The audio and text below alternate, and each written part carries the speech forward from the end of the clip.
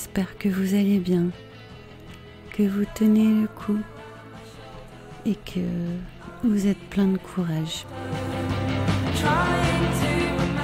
Donc pour faire suite à une vidéo d'il y a 2-3 jours où je me suis sentie obligée de faire une petite recherche documentaire sur Didier Raoult, vu que c'est le sauveur et vu que c'est le héros. Même BHL le dit, donc c'est que c'est certainement vrai.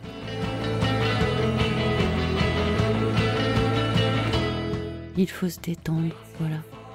Parce qu'en ce moment, on a l'impression qu'il est inhumain de se détendre et qu'il est inhumain de prendre le temps de la réflexion, de se poser, de réfléchir. Il serait inhumain de réfléchir, il faudrait foncer tête baissée sur un like ou un dislike. Comme à chaque psy-hop, comme disent les Américains, comme à chaque choc, comme dirait Naomi Klein ou Noam Chomsky, comme à chaque coup de pied dans la cage des lapins que nous sommes, que ce soit sous forme d'attentats ou de catastrophes en tout genre. L'année dernière, c'était l'incendie de la cathédrale Notre-Dame, des grands événements médiatiques internationaux comme ça.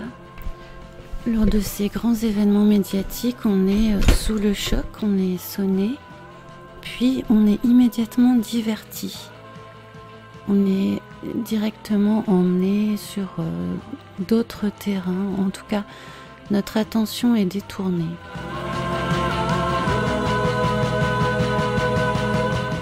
Alors mon message du jour, ce serait s'organiser. S'organiser, mais dans un premier temps, il faut refuser la diversion, ce spectacle qu'on nous offre. Il faut refuser les sujets de conversation qu'on nous impose, se poser et prendre le temps de la réflexion, sortir de, cet état de choc, reprendre contact avec le réel. Qu'est-ce qui est en train de se passer? Il est en train de se passer un événement sanitaire, mais aussi un tas d'événements du monde du spectacle, je dirais, comme un scénario qui se déroule devant nous et qui nous divertit d'autres événements qui ne seraient pas du domaine sanitaire, mais qui découlent directement de l'état d'urgence sanitaire qui a été décrété au niveau de la circulation des personnes, des marchandises, de l'arrêt de la chaîne de production de certains produits, des différents krachs boursiers qu'on a vécu ces derniers jours, ces dernières semaines, où il nous semble maintenant difficile d'entrevoir ce qui nous attend. Sans doute la disparition du cash, sans doute un reset comme ça du système financier international, où en fait ça ne regarde pas du tout, j'allais dire, on n'y peut vraiment rien, là on va subir totalement, puisqu'ils font ce qu'ils veulent, les financiers. Et aussi il y a un plan de médecine génétique qui est prévu, puisque finalement le reproche qu'on pourrait faire aujourd'hui à ce traitement qui va être généralisé à tous pour les besoins du test Discovery, donc cette chloroquine, ce plaquenil, qui est le nom commercial du sulfate d'hydroxychloroquine, qui va être utilisé dans le cadre du test européen Discovery.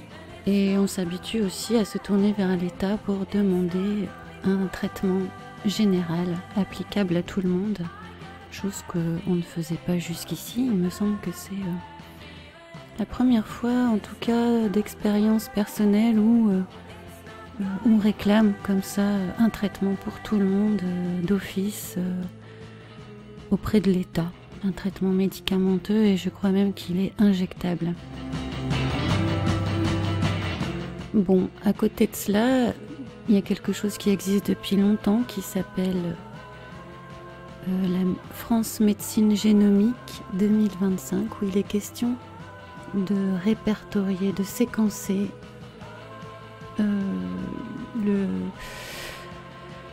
les gènes de toute la population française. Connaître le génome de chacun, le plan national est en marche. Voilà, donc le plan a été lancé en 2017, j'en avais parlé un petit peu la dernière fois, et je commence à m'intéresser à ce qui se prépare, parce que je n'ai pas saisi encore tous les enjeux. Donc là, on va nous présenter au contraire une médecine qui va se présenter comme ultra différenciée, et donc sous prétexte de surveiller notre santé, nous allons donc être fichés génétiquement au niveau de l'État, et les précédents de ce genre d'activité ne sont pas très heureux. Les rapports entre l'État, les gènes, la race, tout ça, ça sent pas très bon. Je ne sais pas si c'est une très bonne idée. Au nom de la sécurité, au nom d'une médecine censément plus différenciée, plus sécuritaire, je ne sais pas si c'est une bonne idée de mettre entre les mains de personnes éventuellement douteuses tout un séquençage général d'une population. Parce que si vous avez encore confiance dans le gouvernement actuel, dites-vous que le prochain qui arrivera méritera peut-être encore moins votre confiance que celui qui est là actuellement, tandis que les fichiers préexisteront.